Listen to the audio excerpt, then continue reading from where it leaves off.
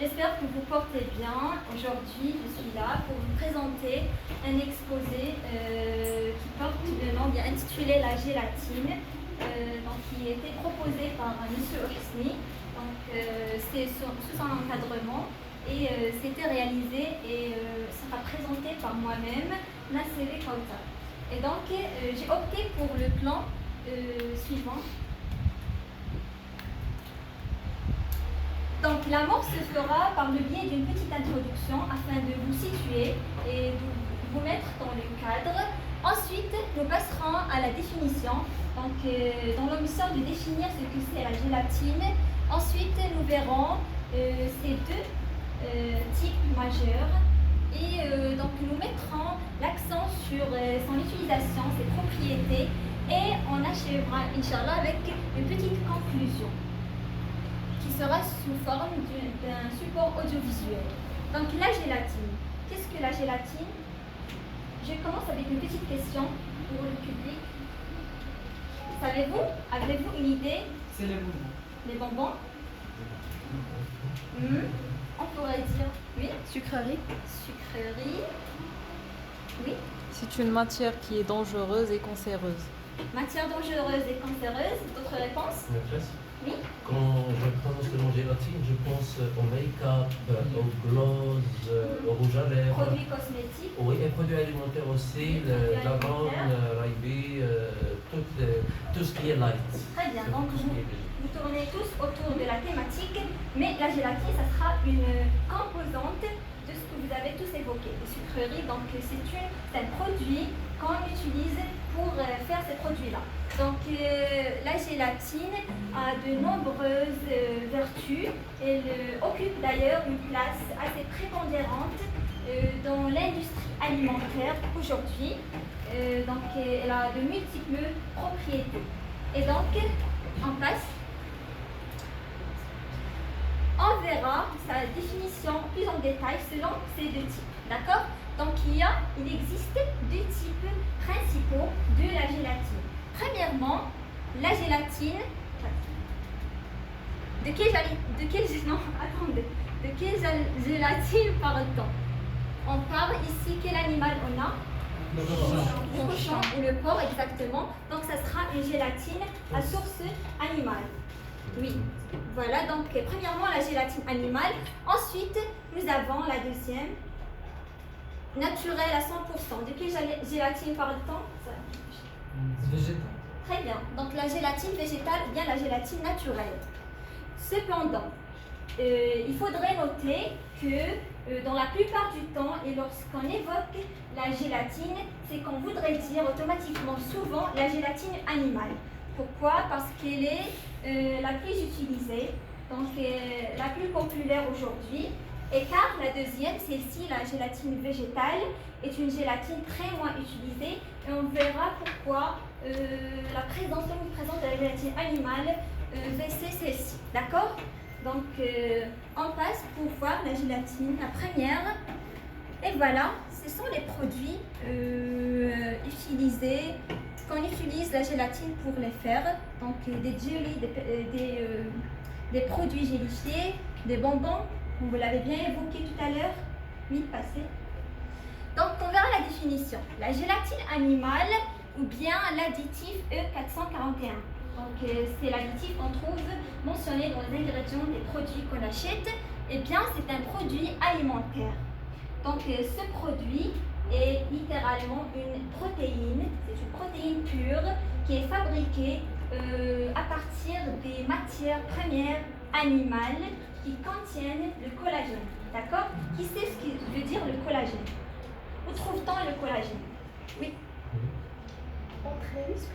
Exactement, oui, c'est une bonne réponse. Dans les tendons, entre les os, qui sont les muscles. On peut le trouver dans le cartilage. Le cartilage. Oui, le cartilage des poissons, Oui, c'est-à-dire le squelette des poissons. oui, les éparpilles. Oui, le cartilage entre les articules. Exactement, donc c'est ce qu'on appelle les tendons. Ce sont les muscles qui lient les deux os. Eh bien, on la trouve aussi, lorsqu'on parle de collagène, on parle de la vieillesse des femmes, ceci nous évoque la peau. On parle de la collagène est un aliment, c'est un élément nécessaire pour la jeunesse de nos peaux. Donc il y a la peau, il y a les tendons, oui. Ainsi, on le trouve dans la salive des escargots. La salive des escargots. Oui. On trouve les gélatines partout comme ça. Oui. Mais ici, aujourd'hui, lorsqu'on parle on est toujours dans le contexte de la gélatine animale. Donc, de quelle gélatine parle-t-on? Parfois, on peut parler. Est-ce que je peux vous parler d'un plat marocain traditionnel qu'on prépare les pâtes de vache avec les pois chiches? Quand ça devient froid, il y a une couche gélatineuse qui couvre toute la sauce. Et je crois que. De la graisse. Voilà, de la graisse. Aussi ce qu'on appelle la moelle des os, la moelle. Oui. Donc, c'est aussi une matière qui participe dans la production de la gélatine. Exactement. Donc je disais que pourquoi on parle tant de la collagène? Parce que on extrait la gélatine de la collagène. Bien, donc les matières premières, c'est-à-dire qu'il s'agit d'une gélatine animale porcine, du porc. D'accord? Donc veuillez, c'est fini. Donc on l'extrait principalement des coins de porc. Oui. Oui. Les coins, ce sont la peau du porc. Les coins, oui. La peau du porc, ou parfois des peaux de bovins, les bœufs, Oui. les os de la viande. D'accord? C'est ce qu'on vient d'évoquer. La moelle épineux. Oui. Et donc, on peut la trouver sous la forme de poudre ou bien des feuilles qui sont translucides, transparentes, opaques. Elle n'a ni goût, ni odeur, ni couleur. D'accord? C'est bien. Donc c'est à peu près comme l'eau. Elle est inodore, incolore et insipable. Ouais. Bien, donc comment est-elle fabriquée? C'est ce qu'on disait. Donc elle est fabriquée par une opération appelée l'hydrolyse, opération avec de l'eau et du collagène issu de la peau, des os ou des tendons, les muscles reliant les os, notamment le porc. Donc on est ici, on comprend très clairement qu'on est en train de parler d'un aliment porcine, d'un élément qui est extrait du porc, tout simplement. D'accord? La gélatine, elle est extraite du porc, des coins des porcs. Bien. Donc après avoir compris d'où vient cette gélatine, d'où provient-elle, eh bien nous allons maintenant mettre la lumière sur son utilisation. D'accord? Vous pouvez passer. Donc je vous explique le processus pour une utilisation simple culinaire. Par exemple, pour préparer de recettes ou n'importe quoi, eh bien nous avons d'abord le premier, les gélatines en feuilles. Ce sont les qu'on pourrait acheter gélatine en feuilles. Ils sont sous cette forme. On peut le trouver en feuilles ou bien en poudre. Oui. En plaque. En plaque, oui. Voilà. Ils paraissent un petit peu jaunâtres ici, pourtant ils n'ont pas de couleur. Transparent. Oui, transparente. Et c'est la gélatine en poudre. Comment l'utilise-t-on? Eh bien, on va la tremper dans un récipient d'eau pour la gonfler. D'accord? Pourquoi? Pour obtenir la structure, la texture suivante. Donc une texture, comment elle est? Élastique. Très bien. Élastique. Gélifiée, oui. Gélifiée. Malléable. Oui. Qu'on peut Ouais. modifier. D'où l'importance de cette gélatine-là. Donc on pourrait l'utiliser dans plusieurs produits. Même Bien, dans la pâtisserie. Oui, bien sûr, la pâtisserie, on verra plus tard. Donc voici le processus. Eh bien, quelles sont les propriétés d'utilisation de la gélatine? On a très bien vu qu'elle est très répandue dans l'industrie agroalimentaire. Et comment elle est utilisée? Pourquoi elle est utilisée? Elle est utilisée comme épaississant, comme stabilisant dans les confiseries, dans les crèmes glacées, les yaourts et les margarines. Donc elle est utilisée pourquoi? Pour épaissir, pour stabiliser, pour émulsifier et surtout pour gélifier. Donc ces verbes-là, pour mieux les comprendre, ces verbes qui vont dans le même sens, dans le même lexique vocabulaire, eh bien je vous invite pour comprendre tout simplement sa fonction éminente et donc de penser à un verre de lait liquide. D'accord? Et allégé parce que tous Oui, les allégé. produits light contiennent de la gélatine. J'ai toujours gélatine aussi. Oui. Oh, oui. Donc, pensez par exemple à l'opération nécessaire qu'il faudrait pour passer d'une texture liquidienne, d'un liquide, le lait, vers une texture à consistance crémeuse, c'est-à-dire une crème. Eh bien, comment peut-on le faire? La manière la plus facile, la plus efficace serait de rajouter de la collagène, qu'on vient de voir. Et oups, ça devient très moelleux, très onctueux. On aura la texture souhaitée. D'accord? Est-ce que c'est compris? Et aussi dans les produits pharmaceutiques sous forme de gélatine. De gélules. Oui, de gélules plutôt, oui, Oui. parce qu'il y a des produits, des poudres qu'on met dans des gélules. Les gélules sont fabriquées à base de produits à base de gélatine. Merci. Oui. Voilà, donc il est aussi utilisé dans l'industrie pharmaceutique. Et donc c'est un produit polyvalent. Et donc il s'intègre dans une large gamme de produits. Et donc il serait indispensable dans l'industrie pharmaceutique, bien que l'industrie esthétique, cosmétique, bien que la photographie aussi. Le make-up, Oui. des produits de beauté d'une. Et ce sont voilà, des images et des illustrations pour vous montrer les bonbons qu'on pourrait faire par le biais de cette gélatine-là. D'accord? On passe. Voilà, donc ici ce n'est pas la gélatine parce que j'ai déjà mentionné qu'elle n'a ni odeur ni couleur, on vient de la voir. Mais ici, plutôt, on représente la texture qu'elle permet d'obtenir. Une texture moelleuse, une texture gélifiée, jelly. Et coloré, parce Oui. qu'on ajoute des colorants. Des colorants, bien sûr. Oui. Bien, donc on passe. Et donc, pour ne plus rester dans ce concret et pour mieux plutôt concrétiser la matière, je vais vous proposer quelques exemples de produits qui contiennent la gélatine porcine. On passe. Donc, nous commencerons par les produits alimentaires. Nous avons évoqué l'industrie alimentaire. Donc, on retrouve la gélatine dans les bonbons, dans les friandises, y compris les bonbons, les chocolats, etc. On la retrouve dans les yaourts, aussi dans les boissons onctueuses, le Les flan. gazeuses aussi, Coca-Cola, Oui. contient de la gélatine, etc. Et moi, personnellement, quand je pense au flan, je pense à la gélatine. Et La le texture, flan, oui, la Parce texture. que déjà dans le flan, on utilisait autrefois la gélatine végétale, à partir des algues. Mais maintenant, c'est devenu un peu animal et donc ça atteint un peu. Non, ça dégrade la santé d'une personne. Si on ne fait pas attention, on va avoir des problèmes. D'accord. Donc, oui, c'est ça. Donc, et surprise, la surprise se révélera. Voici quelques produits. Les Haribo, ce sont très connus, des fameux produits. Vous les connaissez? Oui. Oui, et pourtant, ils contiennent de la gélatine porcine. Et donc, l'autre image, ce sont les friandises qu'on trouve, des marshmallows, comme ça, les bonbons qu'on trouve là. Et bon, ils se sont fabriqués à base de gélatine. Et c'est confirmé. Voilà, donc attention, démasqué, présence de porc.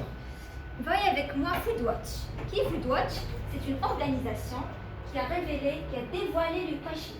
Elle a démasqué. Et donc, c'est une organisation, d'après son nom, à votre avis, que fait-elle?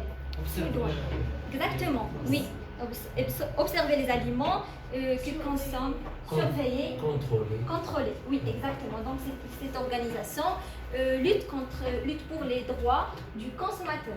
Et donc, elle a dénoncé les produits, oui, la présence porcine, de la gélatine porcine dans les produits, tels produits Haribo. Il a il a découvert beaucoup de produits qui contiennent ceci. Et donc, les marques concernées, c'était plusieurs marques, y compris Haribo, Nestlé, Danone. Donc, est-ce que vous suivez? C'est bien. Donc, et voilà, elle les a dénoncés et elle a commencé à publier des avertissements comme ça. Voilà, les autres produits, il y a Danette, mousse liégeoise, il y a Danette l'autre. Donc, ce sont des produits certifiés qui portent de la gélatine du porc. Il y a Gervita. Donc, non pas toute la marque du Danone, mais certains produits comme ça. D'accord? Puis, on passe. Et le petit ourson, le chocolat, Nestlé, les noix, il y a Taïfine, et malheureusement Taïfine dans tous ces produits, elle les contient. Il y a Nutella. Vous connaissez Nutella? Très bien. Et on passera aux produits light. Donc, vous connaissez les produits light? Oui. Ça Qui vient de pourrait l'anglais. me dire comment est un produit light? composé? Il est léger, il ne contient pas beaucoup de graisse. Oui. Surtout la graisse. La graisse. Il contient moins de lipides. Pourquoi? Parce que la gélatine l'allège. Oui, exactement. L'allègement. Donc les produits light sont les produits qui sont très faibles en matière de sucre, en matière de graisse et en matière de les calories. Voilà, les calories. Donc ces nutritifs là, les sucres, les calories et tout, donc ils sont très réduits à un pourcentage qui est très réduit, donc très petit, Ouais, 27% jusqu'à 0%. Condition sine qua non, le consommateur contracterait l'obésité. C'est-à-dire qu'il deviendra. Pourtant, il est très connu que les personnes qui consomment, qui aiment manger healthy, qui aiment manger sain, ils se dirigent souvent vers les produits light parce qu'ils sont réduits en sucre et tout. D'accord? Voilà. Donc, zéro de sucre et de calories. Coca-Cola zéro. Mais pourtant, ces produits-là, ils contiennent de la gélatine. Pourquoi? S'il vous plaît. Donc, ils sont 0%. Donc, pourquoi la gélatine est nécessaire?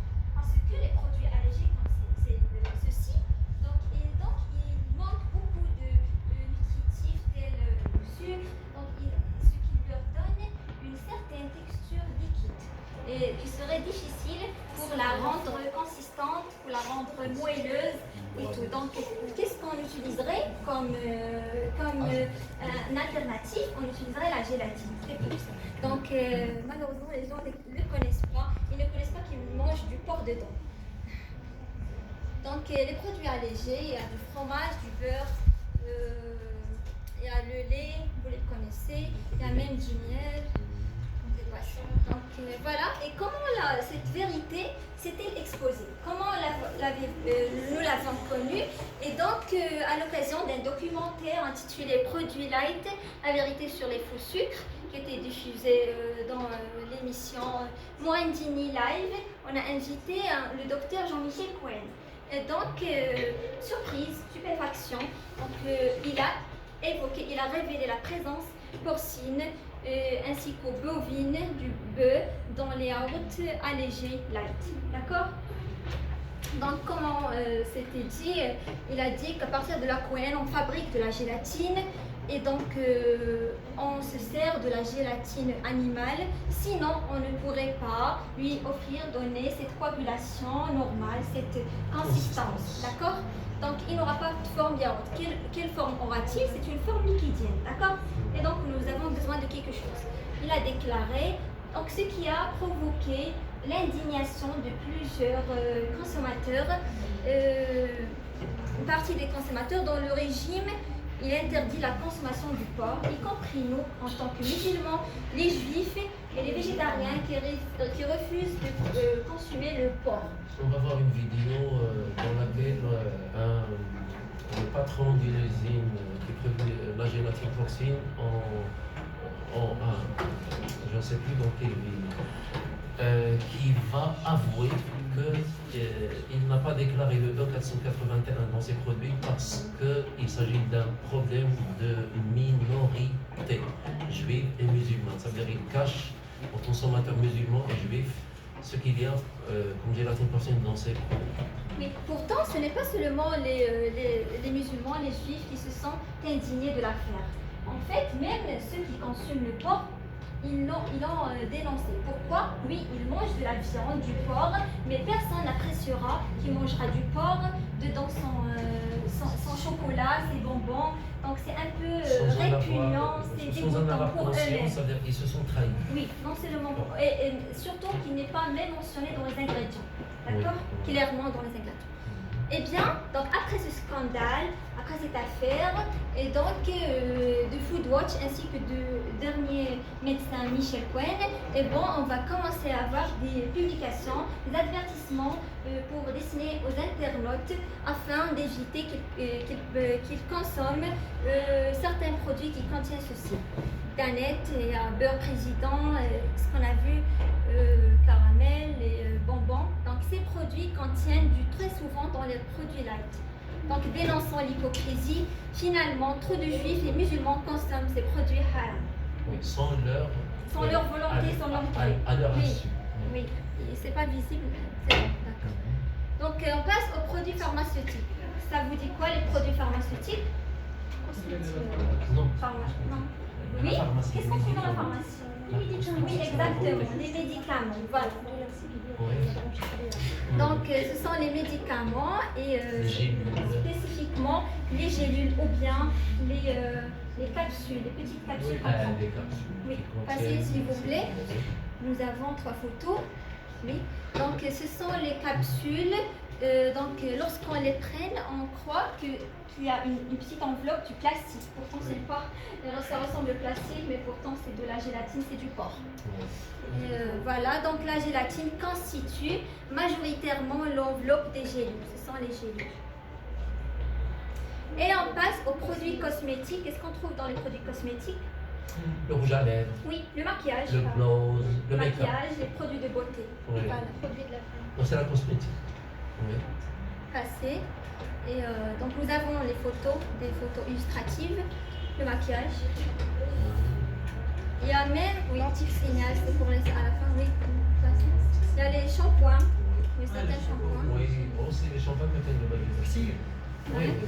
Les produits, les crèmes, les produits de beauté. Et ici, j'ai cité signal parce que, non pas tous les produits, mais certains ont des combinaisons où on trouve ici très clairement mentionné gélatine. Et souvent, on évite de dire gélatine animale, on écrit donc seulement gélatine. À vous de comprendre qu'il s'agit d'animal, d'accord? Et pourquoi, à votre avis, on évite de l'écrire? Pourquoi évitons? Pour ne pas attirer l'attention des musulmans, les Exactement. juifs, les végétariens. Mais surtout pour un souci économique, parce que je suis un maître, j'ai des actions dans une société, donc le responsable doit cacher la vérité pour que moi je vende le plus. Oui, exactement, pour ne pas perdre des clients. Une grande masse de clients sont les musulmans islamistes, donc, c'est un souci économique. Donc c'est un peu la consommation de masse. Oui. Et donc, voilà, un petit résumé. Donc, les chocolats, les sucreries, les bonbons, donc, le cochon, le porc, c'est à l'origine. C'est une information un peu choquante et drôle. Et voilà. Et donc depuis les années 90, c'est pourquoi j'ai arrêté le chocolat et je l'ai remplacé par la pizza. Oui. Ça, c'est mon principe. Je ne veux pas donner à mes élèves à consommer quelque chose que le créateur a interdit. Voilà, donc attendez, de quoi s'agit-il ici? Les croix. Si j'ai au bout. Oui. Les La porcs. peau de Oui, la peau de de porc, cochon. exactement. On appelle la couane. Oui. Ça s'écrit couane, mais on la prononce La la couane. couane. Ok. Donc voilà, est à l'origine des bonbons et tout. Donc quelques Oui. passés, Oui. coin du porc, les friandises. Et donc, en tant que musulmans, ce que nous retenons, que chaque produit qui contient de cette gélatine-là implique qu'il est un produit haram. Exactement. Voilà. Donc, passé. Oui. Donc c'est un produit haram. Oui. Donc je n'ai pas oublié la gélatine naturelle, pourtant je me suis focalisée sur l'ancienne. Pourquoi?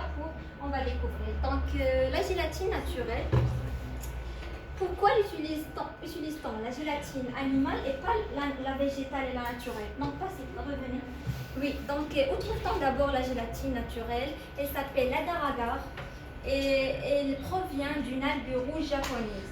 Et déjà ici, ça cloche et on commence à raisonner pourquoi. Donc la source n'est pas une source familière, pas une source facile partout. Non, elle se trouve au Japon, des algues. Donc la difficulté de l'extraction de ces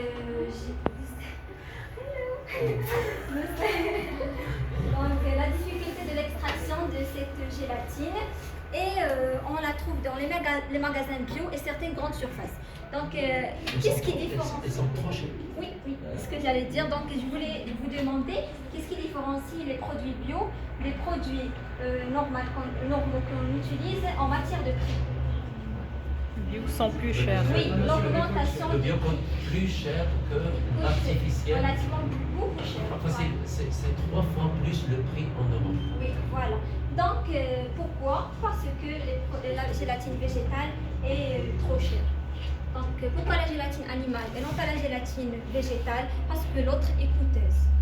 Voilà, donc on est en train de faire, donc la réponse était même donnée par un docteur. Il a dit qu'on est en train de faire pression sur les industriels pour qu'ils utilisent de la gélatine végétale. Et bon, leur réponse est de dire que c'est super cher et que ça va faire monter le prix du yaourt.